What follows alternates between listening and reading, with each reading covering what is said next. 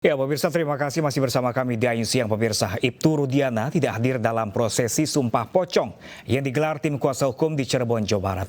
Sumpah Pocong pun hanya diikuti oleh Saka Tatal untuk buktikan dirinya tidak terlibat dalam pembunuhan Vina dan Eki.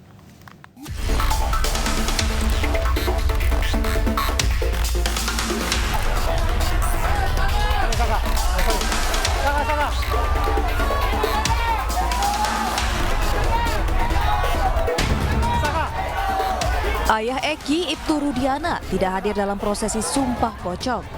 Menurut kuasa hukumnya, Rudiana tak punya kapasitas untuk menghadiri Sumpah Pocong. Apalagi Sumpah Pocong tidak akan memengaruhi proses hukum yang sedang berjalan. Karena itu merupakan upaya-upaya yang dilakukan oleh teman-teman baik litigasi maupun non-litigasi. Akan tetapi kalau memang saya ditanya pendapat terkait dengan Sumpah Pocong, karena memang hal tersebut tidak diatur di dalam ketentuan hukum acara pidana, saya tidak akan membahas itu karena saya tidak ada menemukan pasal apapun di dalam KUHP mengatur terkait dengan Sumpah Pocong tersebut. Jadi silahkan saja dan itu sah-sah saja gitu loh, itu kita hormati dan kita hargai. Seperti itu, Mbak. Baik, Bang Pitrat, tadi kenapa Ibtu Rudiana tidak hadir memenuhi undangan untuk melaksanakan Sumpah Pocong? Ya, yang pertama untuk menghadiri itu kapasitasnya apa dan tidak menghadiri juga kapasitasnya apa. Karena lembaga yang berwenang dalam menghadiri suatu perkara adalah kepolisian, kejaksaan, dan pengadilan. Padahal sebelumnya, Ibtu Rudiana sempat menyatakan kesiapannya jalani Sumpah Pocong. Bahkan ia bersedia untuk melakukan sumpah apapun demi buktikan Eki adalah anaknya. Saya sumpah pocong mau, sumpah apapun mau, artinya yang meninggal adalah anak saya. Anak yang saya didik dari kecil, yang saya rawat dari kecil. Demi agama yang Bapak percaya? Betul. Demi Allah gitu? Demi Allah. 7 turunan saya mati semua, Bang, kalau saya bohong. Meski Ibtu Rudiana tidak hadir, namun Sumpah Pocong tetap digelar. Didampingi tim kuasa hukumnya, Saka Tatal memasuki area padepokan lalu berbaring di atas kain kafan yang telah ditaburi bunga. Saka juga sempat dimandikan terlebih dahulu, kemudian Saka bersumpah bahwa ia tidak terlibat dalam kasus kematian Vina dan Eki. Ya, alhamdulillah lega. Jadi dari dulu Saka tuh sebenarnya kesel tuh, banyak orang yang menyudutkan bahwa Saka ini pelakunya. Saka tuh harus ngomong kayak gimana sih buat semua orang tuh percaya bahwa Saka ini tidak pernah melakukan apa yang dituduhkan. Nggak ada cara lain selain Sumpah Pocong. Dan keluarga semua mendukung ya, Saka? Keluarga alhamdulillah mendukung. Ya, yang hadir di 2016, saya yakin Saka Tatal dan 7 terpidana lainnya nggak pernah melakukan pembunuhan. Nggak pernah melakukan. Saya meyakini itu kecelakaan. Bapak Kapolri ada anak kecil dulu 15 tahun, sekarang sudah dewasa, dia umur 23 tahun, dia mencari keadilan sampai segininya, sampai Sumpah Pocong, dan saya yakin ke-7 terpidana juga sanggup Sumpah Pocong kalau diberi kesempatan. Saya yakin ya Allah sampai segininya, anak Indonesia sampai segininya nyari keadilan ya Allah. Meski tidak mempengaruhi proses hukum, namun Sumpah Pocong dilakukan untuk menguatkan keyakinan bahwa Saka Tatal tidak bersalah. Tim Liputan Anyus melaporkan. Ya, pemirsa, untuk membuktikan tak terlibat di kasus Vina, Saka Tatal berani melakukan Sumpah Pocong. Meski tidak dianjurkan dalam ajaran Islam, namun Sumpah Pocong dianggap menjadi bentuk putus asa meminta penegakan keadilan.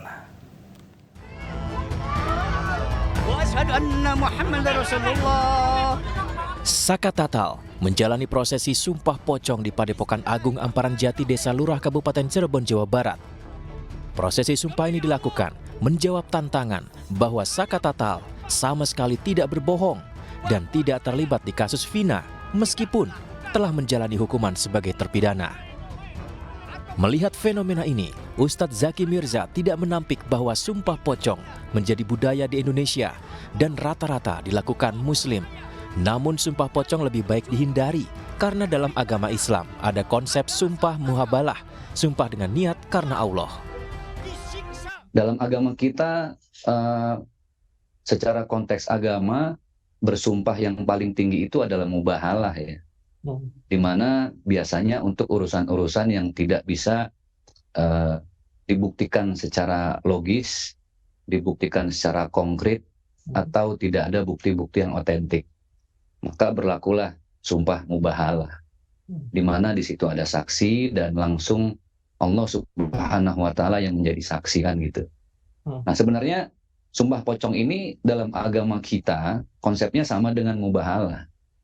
Tapi karena ada akulturasi budaya yang sampai sekarang pun tidak ada literasi yang akurat, yang pasti, yang fix, berasal dari zaman kerajaan apa, itu yang tidak bisa dipastikan.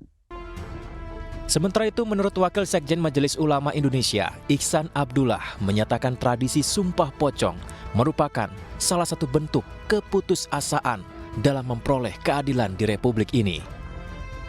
Ini kan sebetulnya bentuk keputusasaan ya dari masyarakat bagaimana menembus dinding-dinding keadilan yang sedemikian rupa sehingga masyarakat mendekati frustasi. Nah, ini saya kira penegakan carut-marut penegakan hukum di Indonesia yang tentu saja menjadi perhatian kita semua bagaimana hukum bisa ditegakkan.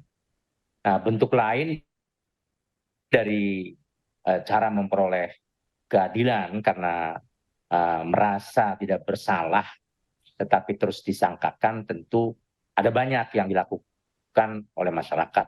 Di antaranya adalah ya melakukan sumpah pocong ini. Padahal di dalam agama Islam tentu ya tidak ada yang namanya sumpah pocong. Lantas, apakah sumpah pocong ini bisa memastikan bahwa Saka Tatal sama sekali tak berbohong? Jika demikian, lantas siapa yang berbohong? Tim Liputan iNews melaporkan. Ya, pemirsa, 6 terpidana kasus pembunuhan Vina dan Eki segera mengajukan peninjauan kembali ke Pengadilan Negeri Cirebon, Jawa Barat. 2 saksi pamungkas dipersiapkan sebagai bukti baru di peninjauan kembali.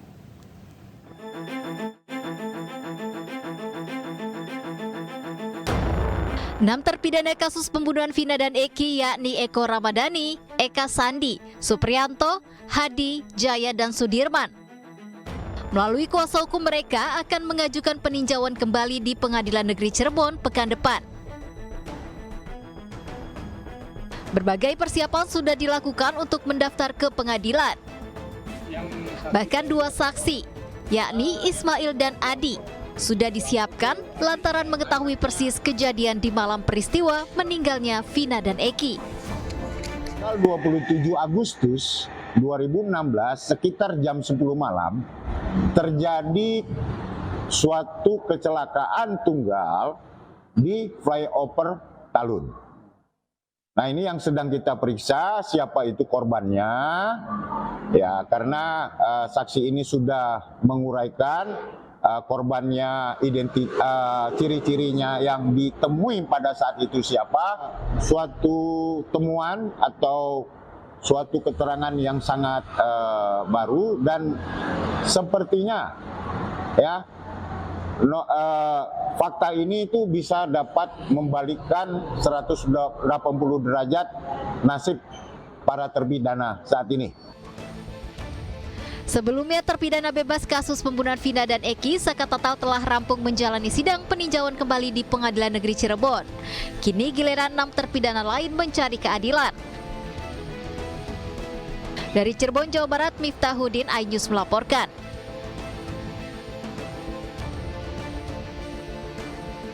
Kita beralih ke informasi lain, pemirsa. Ratusan warga saling dorong dan berdesakan berebut makanan dan minuman gratis di alun-alun Ponorogo, Jawa Timur. Ribuan paket makanan pun ludes tak tersisa dalam waktu singkat.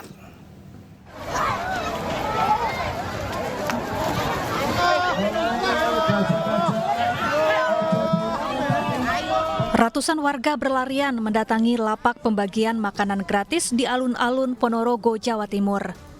Mereka saling dorong demi merebut makanan yang sudah disiapkan.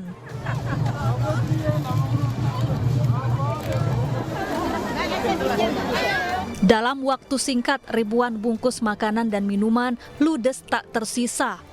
Sejumlah lapak lainnya pun habis diserbu warga.